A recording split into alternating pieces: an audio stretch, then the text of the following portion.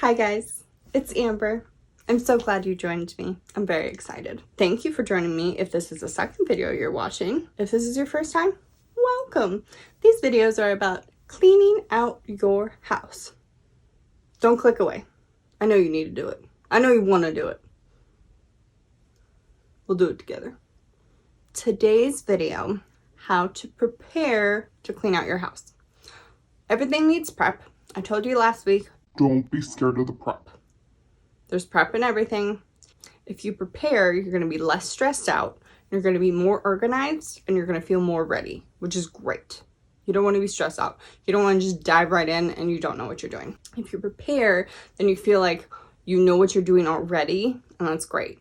Because if you're starting off from a strong base, you're going to have that momentum to keep going. So, I'm going to show you one of the most important things while I clean the house out. This thing goes with me everywhere. I kid you not, everywhere. It follows me around like a puppy dog. If it could walk by itself, that would be awesome, but I have to carry it around everywhere. The box.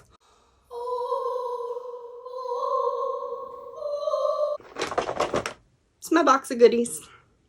This is all you need. It's all you need, right? You probably recognize some things. You probably have most of this in your house. You don't even need to go out and get it.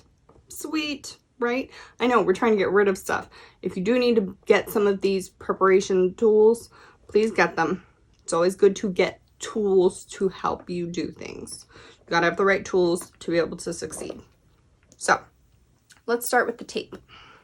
So when I have a box, I have to label it. When you go into your basement or room or your storage or whatever you have right now, you probably have boxes with lines through them. The labels are confusing. They might have different colors on them. They might have different sets of handwriting. You're like, I don't even know whose handwriting this is on my box. So you want to have a new system. You want to set up a new system, think about a new system, choose a new system, and stick with that system.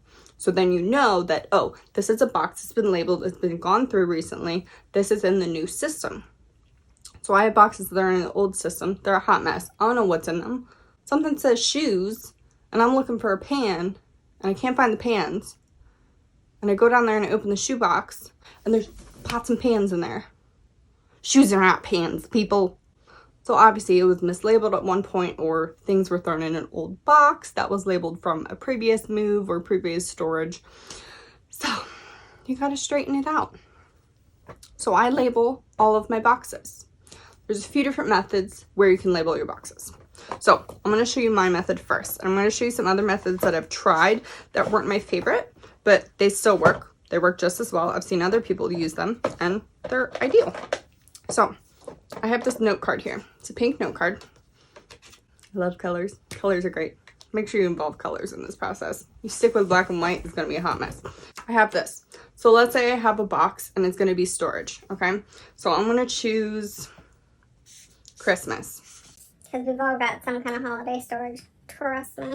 I put Xmas on the label. It's in hot pink. So I'm going to make all of my Christmas boxes with a hot pink label that say Xmas. And I'm going to put it on both sides of the box. So I'm going to tape it to this side of my box. And I'm also going to tape it to this side of my box here. I hope you can see that.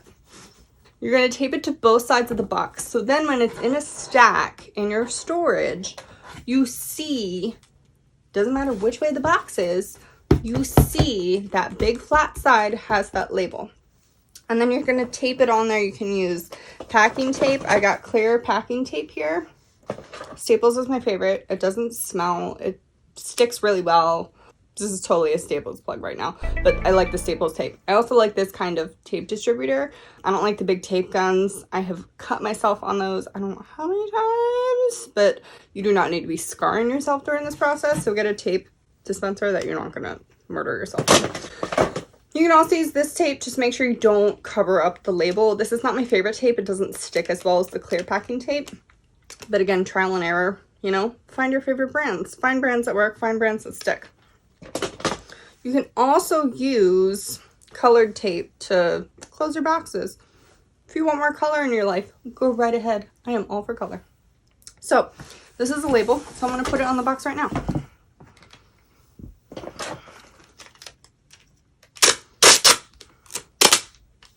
So satisfying. clear. The clear tape doesn't cover my colors or my writing. Look, this is now a Christmas storage box. So I can put my Christmas storage in here. When I go to the basement and I see all these brown boxes that aren't labeled, and then I see this box, I go, I labeled that this year. This is a new box. This is the correct labeling. Everything in here is Christmas. And when you have a label on here, if you change something, change that label. Don't be lazy. Don't be lazy. It takes 5 seconds. All I have to do is whip out a new one. Let's say I change this to Halloween. Boom. Tape it right over, or rip this one off and reuse it. Look, I'm going to take it right off, reuse it on another box. Reduce, reuse, recycle, people. Save the environment. Look at that. So I can also put this on, change it to Halloween. Super easy, guys. Super easy with the labels. I'm going to tell you about some other methods that I personally don't use. They're not my favorite, but they still work. So I want to give you guys options just in case this is not your favorite either. You don't have to have the little note cards like these. I like these because they're pre-cut. They're super easy. They're literally note cards. They come in multicolors too. Like these, this is the neon pack. It comes with yellow, it comes with orange, green. I have other packs that come with like blue and red and stuff. They're pretty awesome. They're really easy. But if you have just construction paper at home, simple paper, you can just cut it into 4s, 6s, whatever you want, however big you want your label. You know, if you want a really big label, if you want a label like postcard size, or if you just want a little square, you can do that. Here's the second method. You can also do Post-it notes. Post-it notes are super easy. They come right off. You can label it. You can put it on the box.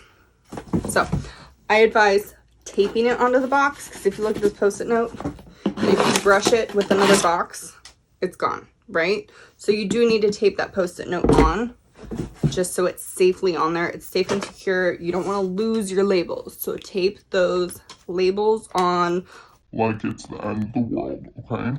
Tape them on good. So Post-it notes is the second method. You can also do color stickers. So I have some stickers here. They're pretty small, so I don't like these sizes because they're really small and you might have to search for them on the box. But you can put a dot on each side of the box. So let's say I'm doing red. So let's say I'm doing Valentine's Day. I'm just picking holidays because it's super easy to color associate. But you know, red can be kitchen. Whatever. So put a red dot here. Let's go to the top side. So I'm going to put a red dot on my top as well. So this is the top of the box. So when it's closed, see? And I'll put a red dot on this side as well. So I'll just put colored dots on every side of my boxes.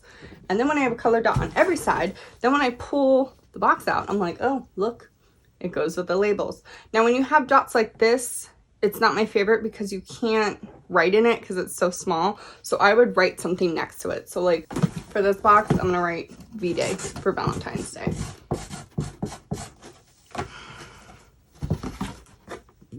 So I wrote V-Day for Valentine's Day next to the dot.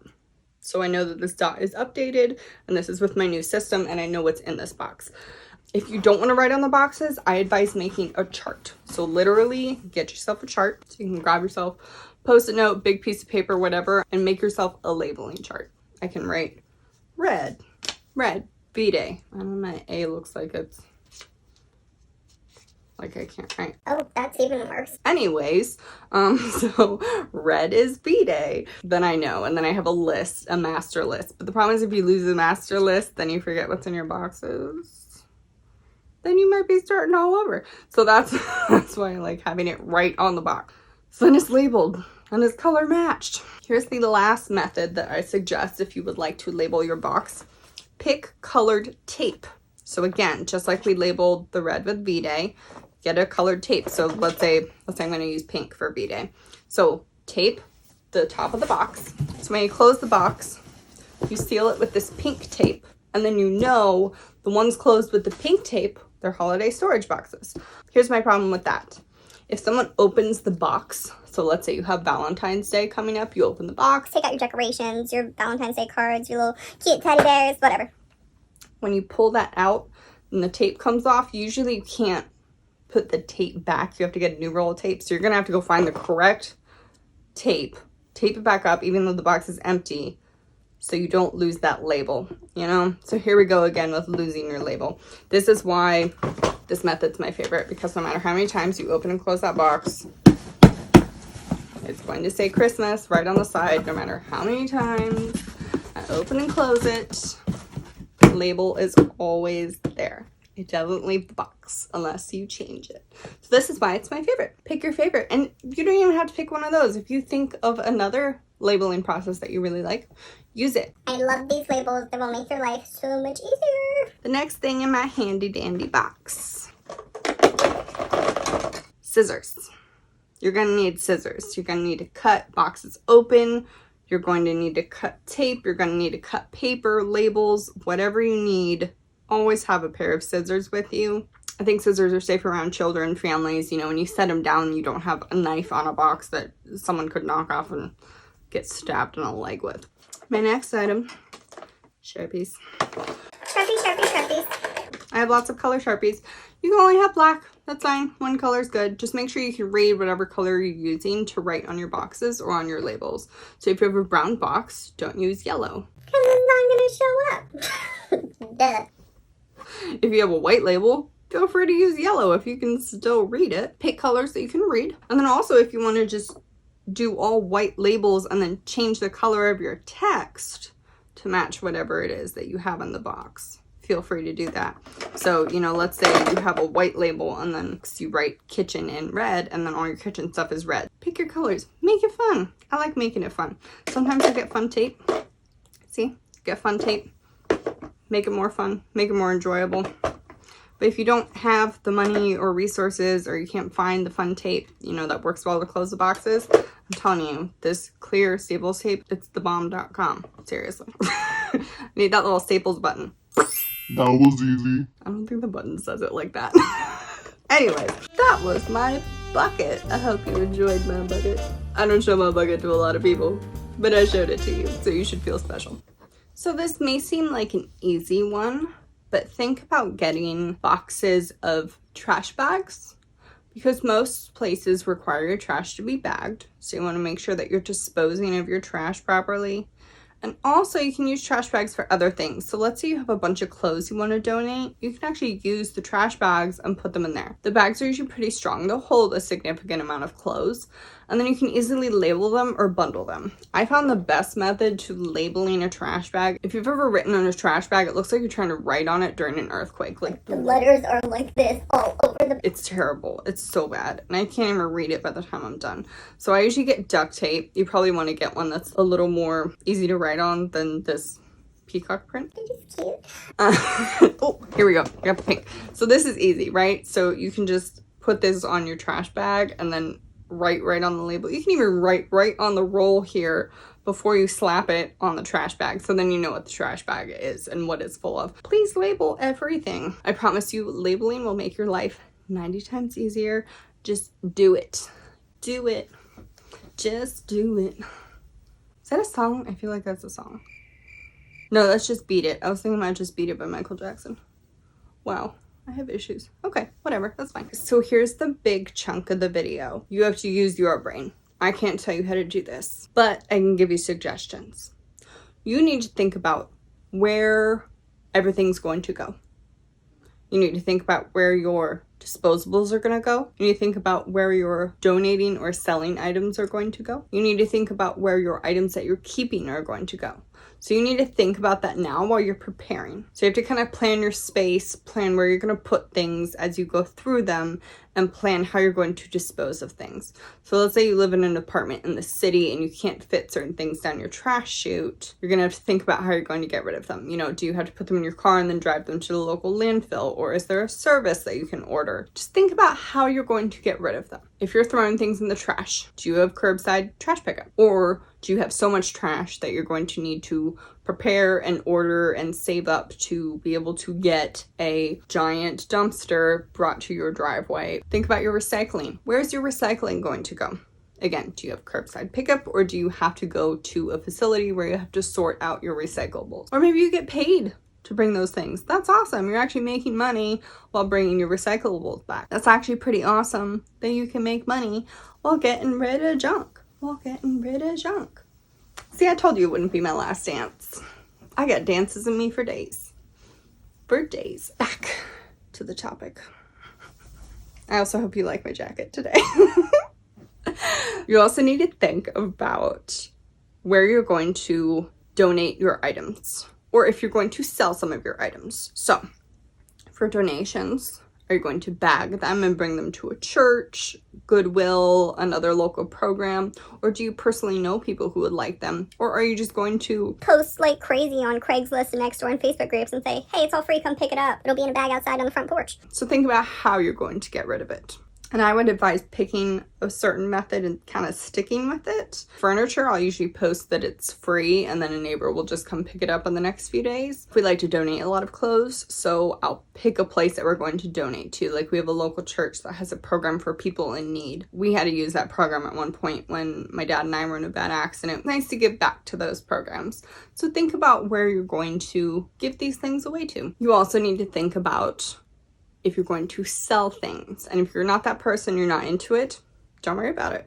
Just donate it. But if you are going to sell it, are you going to choose to do a garage sale? So are you going to be an eBayer?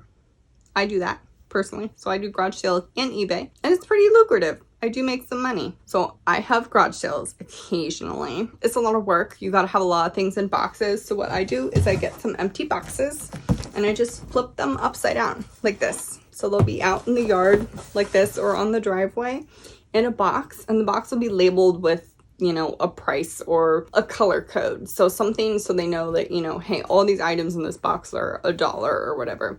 And then also organize the box by type. You know, you can have sporting goods in one box, games in another box, shoes of a certain size in another box, things like that. If you label things, it makes people so much more apt to buy it, because then they know what they're gonna get, and you don't have 20 people following you around at your garage sale going, how much is this? What is this?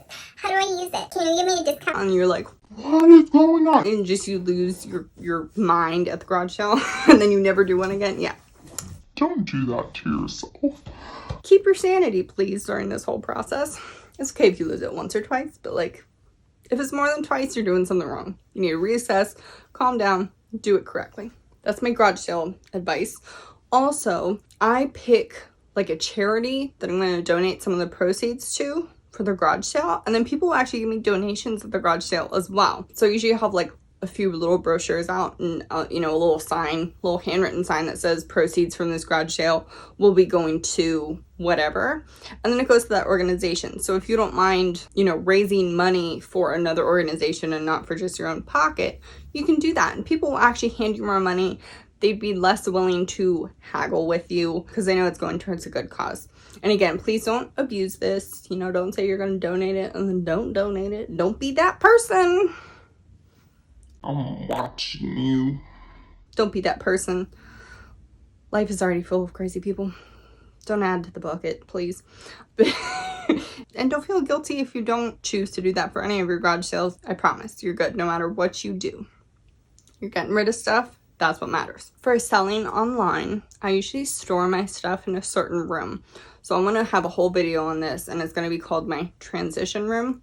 So I have a transition room. It's our spare bedroom. We don't get a lot of guests and visitors, so I have time to use it as a transition room. Someone please come visit me. Ooh. Yeah, but lonely. You should have some kind of transition room or transition space where you can do these labeling. Keep your empty boxes. Store some packing materials, whether it be bubble wrap that you've gotten in the mail or, you know, newspapers that you can use to pack fragiles with. Have a corner or a room or the side of a room or your garage or something where you can put those things so you have it all in one spot and you're ready. Again, this is preparation. So have a little preparation corner. You can even decorate it. Put some fun duct tape hanging from the ceiling. I'm kidding. Don't do that. Anyone gets stuck in it. Anyways, but feel free to decorate it if you want, I guess. I don't decorate mine. It's a room. So, but I keep it organized. I keep it organized so I know that I'm trying to organize. If my transition room is messy, I feel like I'm not doing a good job. So when things are organized in there, I can go straight in there and get what I need and get out, you know, and go back to whatever I was doing. So this is my transition room. This is the bed that I use. And you see all the containers that I have? Everything's organized. So I know where everything is. It's labeled. See, I got eBay. So these are things listed on eBay. Feel free to check me out on eBay. Again, I'll have a whole video on my transition room. It's fantastic. Be sure to tune in for that one. Also, if you have a lot of antiques or valuables that you're trying to get rid of, or collections, when you have those beautiful collections and you're trying to sell some of them off, or you know, if you have other things, let's say you collect baseball cards and you have a wonderful collection, check out local appraisers or auction houses. You know, some of your things might be of value and you don't even know it. Doesn't matter what the reason is. You know, if you want to get rid of it, if you're done with that item in your life, look into how to properly get rid of it so you don't feel guilty about getting rid of it. Again, I'll have a whole video on emotions and cleaning out. But you know, if you want to give value to something that you've had for a while that is valuable, you know, monetarily valuable, look into appraisers. So when you're looking at places to sell, be sure to do a little research beforehand. See what kind of prices they're going to give you for things. So if you're looking at eBay and a book is going on eBay for $5, and then let's say you look up a website that does book buybacks and they're only going to give you 20 cents for this book, obviously eBay is going to be a better option. So just think about the prices you're going to get at what things, and then also even garage sales. Think about what kind of price you're going to get at a garage sale versus if you try to do a national or international market online. Sometimes online will get you a lot more money, but it, you know, it does take some time. It's not like your garage sale where it's out that Saturday morning and by Sunday, if it's not gone, you know, you're donating it and that's it and you didn't get your money on it. Think about what the prices you'll get for certain things. And even appraisers, the first appraiser you go to might lowball you. Do your research on appraisers. Do your research on what they're going to give you. Also do your research on what they take. I can't tell you how many consignment stores I have been to. I have been refused every time in a consignment store.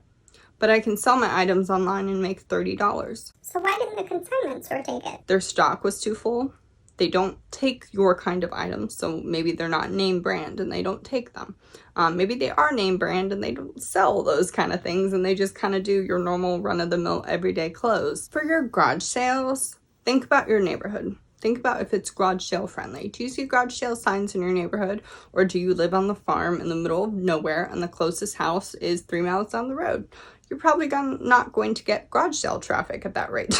So, but if you live in a suburban house, that's awesome. If you live in an apartment in the city, a garage sale is impossible. Think about if garage sales are possible. Think about your customers and your market and who will buy what where. So that's my advice on thinking about how you're going to sell things.